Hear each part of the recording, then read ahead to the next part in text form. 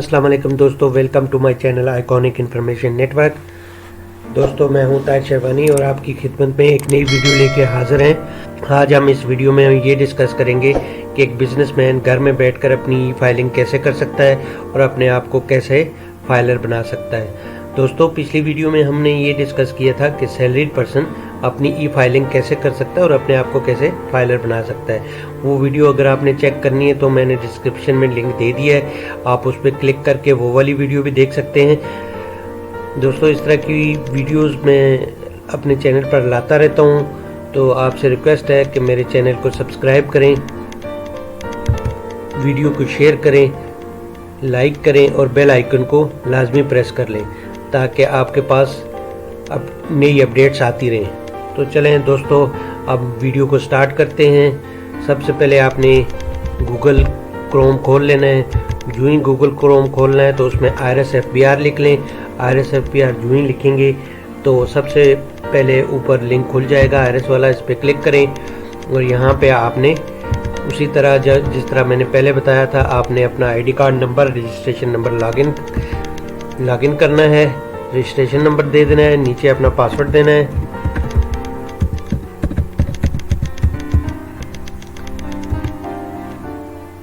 जो ही आपने पासवर्ड दिया है तो आप IRS की वेबसाइट पे लॉगिन हो चुके हैं। तो दोस्तों, पिछली दफ़ा भी मैंने आपको बताया था कि जो ही आप लॉगिन हो जाएं तो आपने डिक्लेरेशन को क्लिक करना है और यहाँ पे नॉर्मल रिटर्न्स, मेरे कर्सर को फॉलो कर लीजिएगा, ये लिखा हुआ है दूसरी। जो ही आप डिक्लेरेशन पे क्लिक करते हैं तो एक नई टैब खुलती है और उसमें दूसरे नंबर पे नॉर्मल रिटर्न्स आ जाता है। जो ही आप नॉर्मल रिटर्न्स को सिलेक्ट करेंगे तो यहाँ वो आपसे पीरियड मांगेगा, पीरियड पे क्लिक कर लें। अब दोस्तों, मैंने पिछली दफ़ा भी आपको बताया था कि किसी भी बंदे को फाइलर होने के लिए मिनिमम कम से कम 2 साल की रिटर्न्स फाइल करनी होती हैं। तो आज हम 2 साल की रिटर्न्स बनाएंगे और 2 साल की रिटर्न्स हम सबमिट भी करेंगे। तो आप मेरे साथ रहिएगा। अभी यहाँ पे हमने पीरियड सेलेक्ट करना है। अब हम पीरियड सेलेक्ट कर लेते हैं। पीरियड सेलेक्ट किया, 2019 फाइनेंशियल ईयर होता है, ये 5 जुलाई 2018 से लेके 30 जून 2019 तक होगा। इसको सिलेक्ट कर लेते हैं। हमने पीरियड सेलेक्ट कर लिया है। जो ही ये पीरियड सेलेक्ट करेंगे तो आपके पास नई विंडो खुल जाएगी। इसमें आपने अपने यूं ही नई विंडो खुल जाती है तो आपने अपने बिजनेस की डिटेल देनी है। पिछली वीडियो में हमने सैलरीड पर्सन की डिटेल इंटर की थी, अब हमने सैलरीड पर्सन को छोड़ देना है। दोस्तों, जो ही आप बिजनेस टैब पे क्लिक करेंगे, नीचे उसकी सब टैब्स खुल जाएंगी, आपने एक एक करके उसमें एंट्री करनी है। सबसे पहले मैन्युफैक्चरिंग एंड ट्रेडिंग आइटम्स, इसको क्लिक करते हैं। मैं जिन साहब की ये बना रहा हूँ उनकी शॉप है और उनकी सारी डिटेल हमने डालनी है। दोस्तों, जो ही आप बिजनेस वाली टैब को खोलेंगे तो यहाँ आपके पास सारी डिटेल आ जाएगी। एक एक करके आपने डिटेल डालनी है। सबसे पहले हम इसमें gross revenue excluding sales tax डाल देते हैं। ये इनकी बनती है,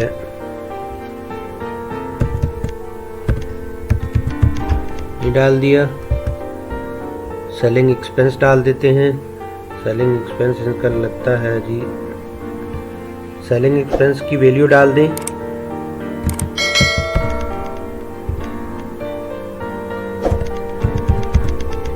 सेलिंग एक्सपेंस की वैल्यू डाल दी।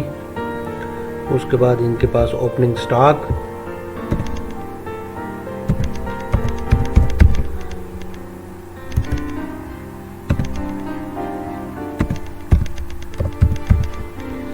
Net purchases excluding sales tax, federal excise duty, ये डाल दें। वेजेस इनकी कोई नहीं है। फ्यूल एक्सपेंस अगर इनके पास गाड़ी अपनी है, फ्यूल एक्सपेंस इनका डाल देते हैं।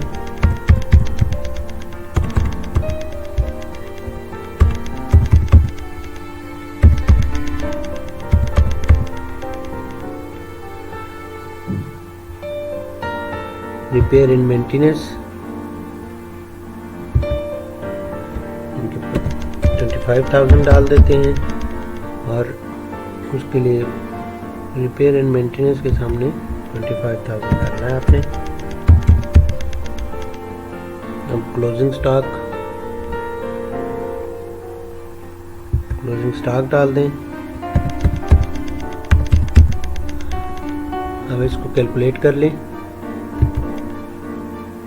ये वैल्यू जब डाली है तो आपने दूसरी साइड पे अमाउंट एग्जाम टैक्स वाली वैल्यू भी डालनी है।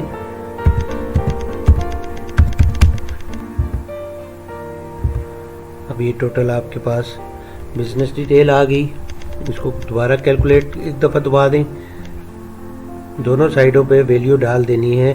अगर तो टैक्स एप्लीकेबल है तो फिर टैक्स की अमाउंट एक्सक्लूड करके वैल्यू डालनी है। अगर टैक्स एग्जम्प्टेड है तो वही वैल्यू जो इस साइड पे टोटल अमाउंट डाल रहे हैं वही उस साइड पे भी डाल दें। ये बिजनेस डिटेल डाल दी। उसके बाद बिजनेस एसेट्स एंड लायबिलिटी में आ जाएं। बिजनेस एसेट की लायबिलिटी की टैब खुलेगी तो वहाँ पे टोटल एसेट्स और लायबिलिटीज आपने लिखनी है। आपने वैल्यू डालते जाना है और कैश इक्विवेलेंट या कैश कीमत में इनके पास जो अमाउंट है वो डाल देनी है। फिर दूसरी साइड पे इनके पास कैपिटल इक्विटी कैपिटल इनके पास 15 लाख।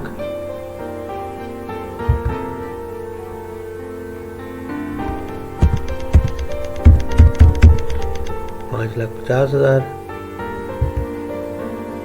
पेएबल इनके 4,50,000। ये वैल्यू डाल दें और ये सारी अदर लायबिलिटीज अगर इनकी कोई हैं तो वो डाल दें।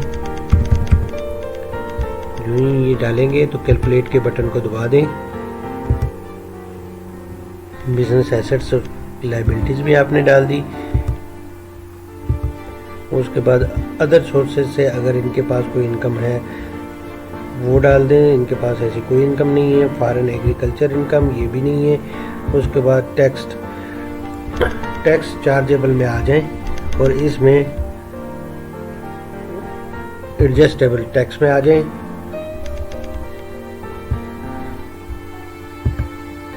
उसके बाद आपने टैक्स चार्जेबल और पेमेंट्स में आ जाना है। यहाँ पे आपने एडजस्टेबल टैक्स को क्लिक करना है। जो ही आप क्लिक करेंगे तो आपके पास नई टैब खुलेगी जिसमें आपने अगर इनने कोई टैक्स पे करना है तो वो ये जो एडजस्ट होना है पे किया हुआ एडजस्ट होना है वो एंट्री यहाँ पे कर देनी है। इनका ऐसा कोई भी टैक्स नहीं है। फिर कंप्यूटेशन में आ जाएं। यहाँ पे आपने जो वैल्यू डाली थी वो 3,65,000 की टोटल एसेट्स की वो आ चुकी है जो इनका बिजनेस एसेट्स है। अब आप आ जाएं वेल्थ स्टेटमेंट पे। पर्सनल एक्सपेंसेस पे आ जाएं।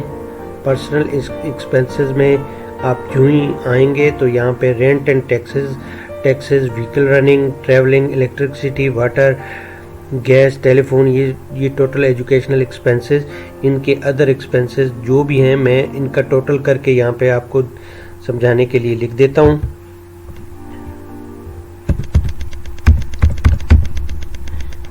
ये जो ही आप टोटल एक्सपेंसेस लिख देंगे फिर कैलकुलेट कर लें। उसके बाद पर्सनल एसेट्स एंड लायबिलिटी।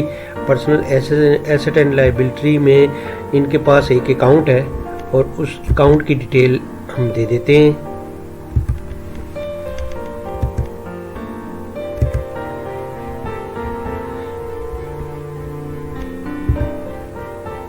दोस्तों अकाउंट की डिटेल देते वक्त आपने यहाँ पे प्लस पे क्लिक करना है। तो प्लस पे क्लिक करते ही ऊपर इन्वेस्टमेंट की जगह पे IBN international banking account number लिख देना है।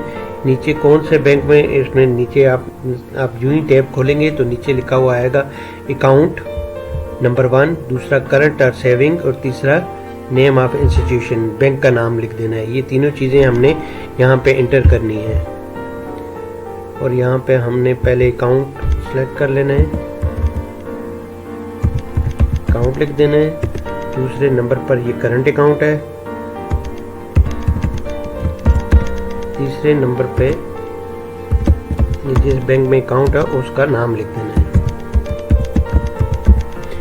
तो ये जो ही आप करेंगे, ये आपने इंटर किया और इनके पास इस अकाउंट में 5 मिलियन की अमाउंट पड़ी हुई है, वो इंटर कर देंगे। जो ही इंटर करेंगे तो इस पे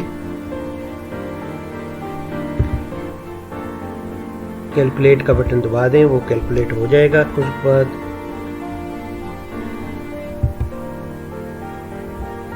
उसके बाद आपने रिकंसिलेशन ऑफ नेट एसेट्स पे आ जाना है।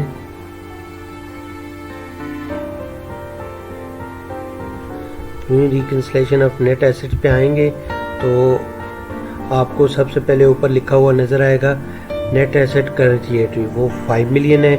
नेट एसेट प्रीवियस ईयर को हम इंटर करेंगे, इंक्रीज 5 मिलियन हो गया। प्रीवियस ईयर को हम इंटर करते हैं तो वो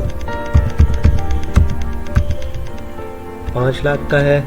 तो अब हम इसको कैलकुलेट कर लेते हैं। दोस्तों अब आप जब इसकी रिकंसिलेशन करते हैं नेट एसेट्स की, तो यहाँ पे फ़र्क आ रहा है 49,50,000 का, और ये अमाउंट इनके पास इनहेरिटेंस से आई है, इनकी फैमिली की इनहेरिटेंस है, वो आपने यहाँ पे इंटर कर देनी है।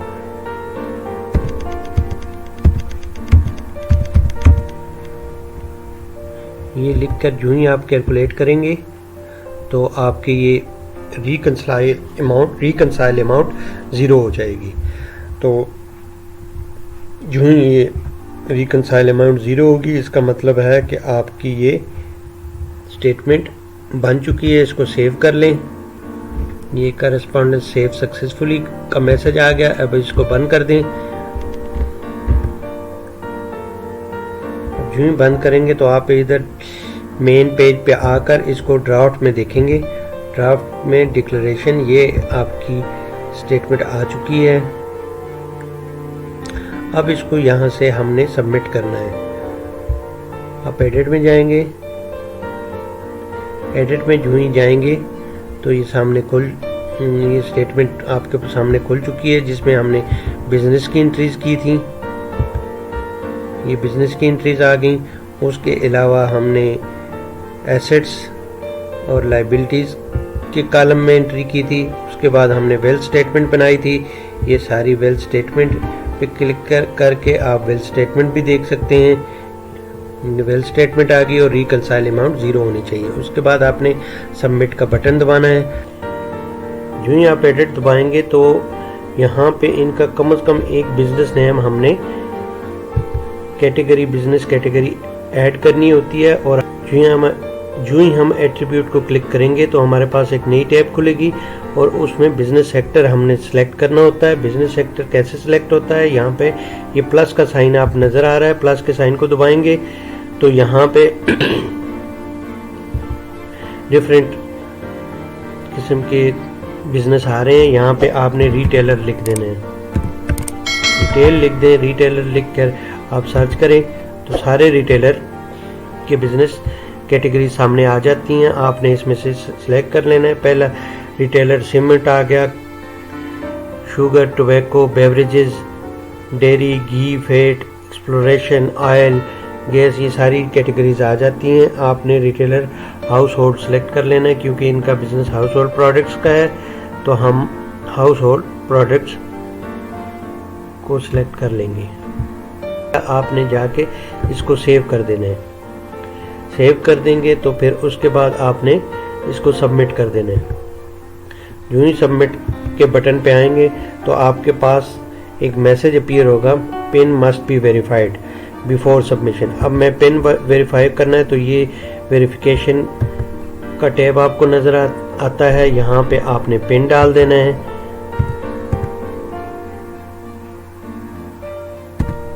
ये मैंने पिन डाल दिया और यहाँ पे वेरीफाई पिन को दबा दिया तो वो कह रहा है कोड वेरीफाइड सक्सेसफुली। जो ही कोड वेरीफाई होगा तो आपने सबमिट का बटन दबा देना है। सबमिट का बटन दबाएंगे तो ये सबमिट हो जाएगी, FBR में पहुंच जाएगी। इसी तरह से आपने दूसरे फाइनेंशियल ईयर की भी बनानी है और सबमिट कर देनी है। जो ही आप 2 सालों की ये रिटर्न्स फाइल कर देंगे वो FBR में पहुंच जाएगी और 2 से 3 दिन के अंदर आप फाइलर हो जाएंगे।